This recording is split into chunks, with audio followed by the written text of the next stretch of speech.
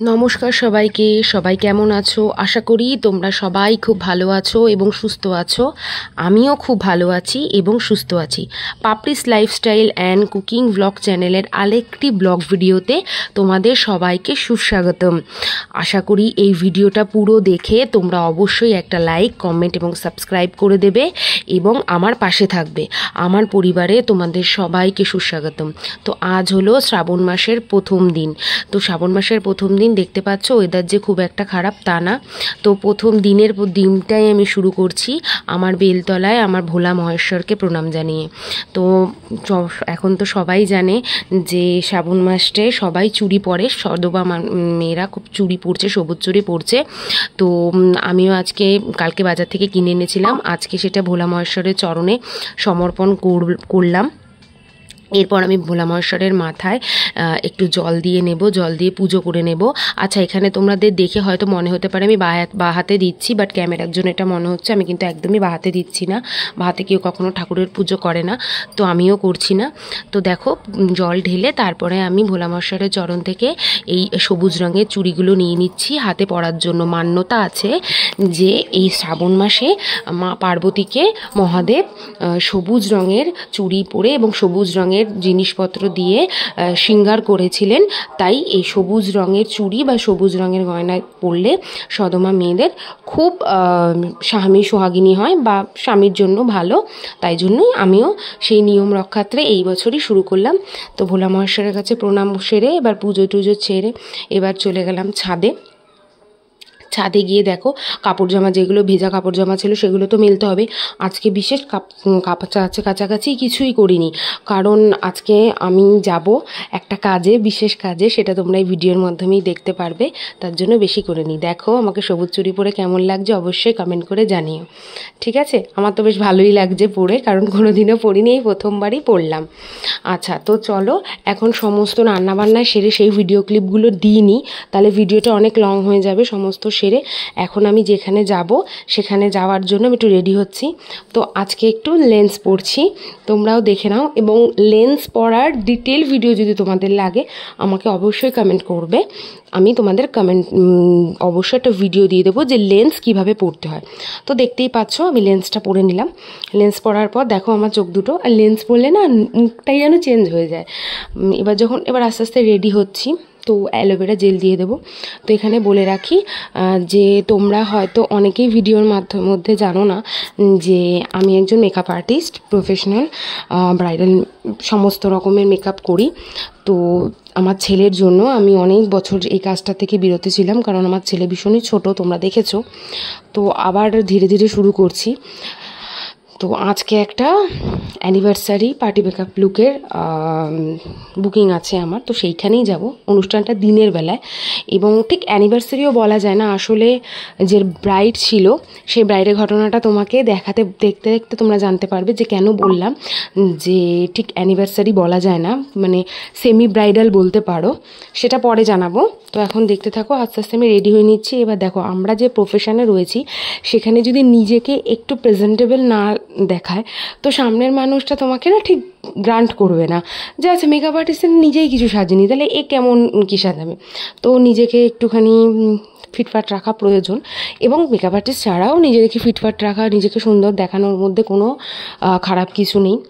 তো যাই হোক, তাই জন্য আমি নিজেকে একটু রেডি করে নিচ্ছি। আমার মেয়েকে আমি স্কুলে দেব, দেন আমি ক্লায়েন্টের বাড়ি যাব। ক্লায়েন্টকে আমার টাইম দেওয়া রয়েছে 10:30।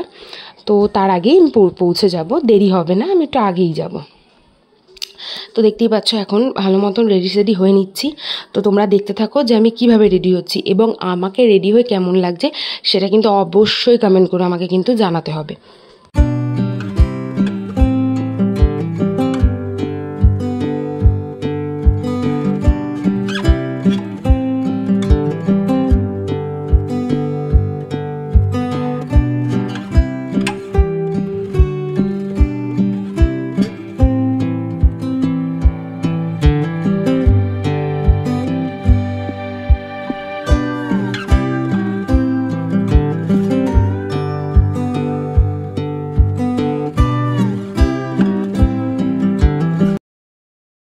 আচ্ছা, এখন তো আমি রেডি হয়ে গেছি আর আমি আমার বাহনের কাছে চলে এসেছি। আমার বাহন নিয়ে এখন আমি চলে যাচ্ছি ক্লায়েন্টের বাড়ি। তো ক্লায়েন্টের বাড়ি চলে এসেছি, তোমরা দেখতেই পাচ্ছ।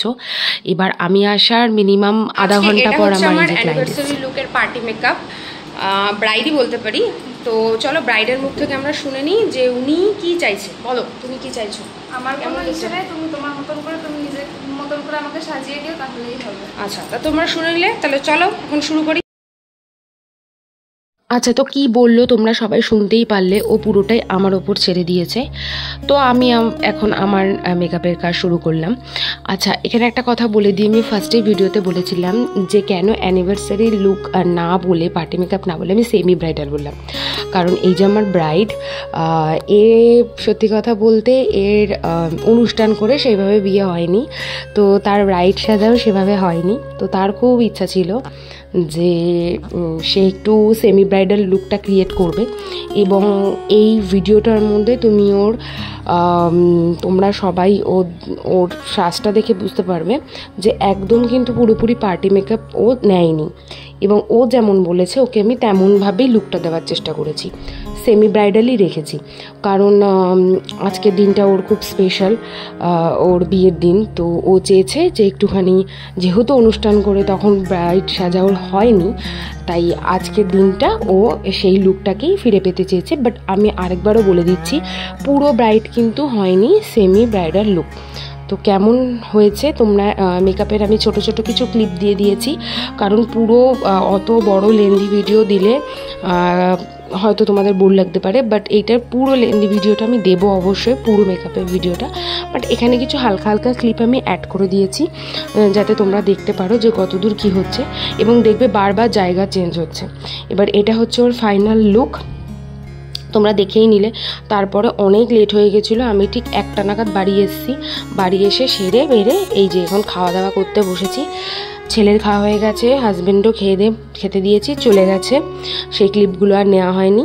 তারপরেও শান্তি নেই আমাদের হাউসওয়াইফদের, কি আর বলবো। সমস্ত যে জিনিসপত্রগুলো খাবার দাবারে কিনে এনেছিলাম সমস্ত কিছু কৌটোয় ভরছি, নাহলে আবার পুতিয়ে যাবে। তোমরা দেখতেই পাচ্ছ একটু নিমকি ভরছি, আর এবার কিছু বিস্কিট ভরবো। এই বিস্কিটগুলো না আমার বাচ্চারা খেতে খুব ভালোবাসে, এবং মিথ্যা কথা বলবো না, আমারও খুব ভালো লাগে। সবসময় ওদের ঘাড়ের ওপর চাপিয়ে দিলে হবে না, নিজের ঘাড়ের ওপর দোষ রাখতে লাগবে। শুধু ওদের না, আমারও খুব পছন্দ, ঠিক আছে? তো এই জন্য সমস্ত এই কাজগুলো না করলেই নয়। তো সত্যি কথা বলতে শোয়া হয়নি, যার ফলে রাতের দিকে আমার ভীষণ মাথা যন্ত্রণা করছিল, কারণ সারাটা দিন এত হেক্টিক গেছে। কালকে একটা কাজের প্রেশারের মধ্যেও ছিলাম, তারপরে এই যে এসে একটু বিশ্রাম না নিয়ে একের পর এক কাজ সেরে যেতেই হচ্ছে, যার জন্য মাথা প্রচণ্ড যন্ত্রণা করছিল রাত্রিবেলা। তো যাই হোক, এই করতে করতে আবার মেয়েকে আনতে যাওয়ার টাইম হয়ে যাবে স্কুল থেকে। এবার অত ক্লিপ দিতে পারিনি, তো আমি এইটা করেই চলে গেছিলাম মেয়েকে আনতে। এখন মেয়েকে খাইয়ে দাইয়ে নিয়ে ওকে পড়তে দিতে চলে যাব। তো আজকের ভিডিওটা এই পর্যন্তই। কেমন লাগলো অবশ্যই তোমরা আমাকে কমেন্টের মাধ্যমে জানিও। সাবস্ক্রাইব করো যাতে আমি আরও ভিডিও দিতে পারি। তাহলে চলো আজকের জন্য টাটা, বাই।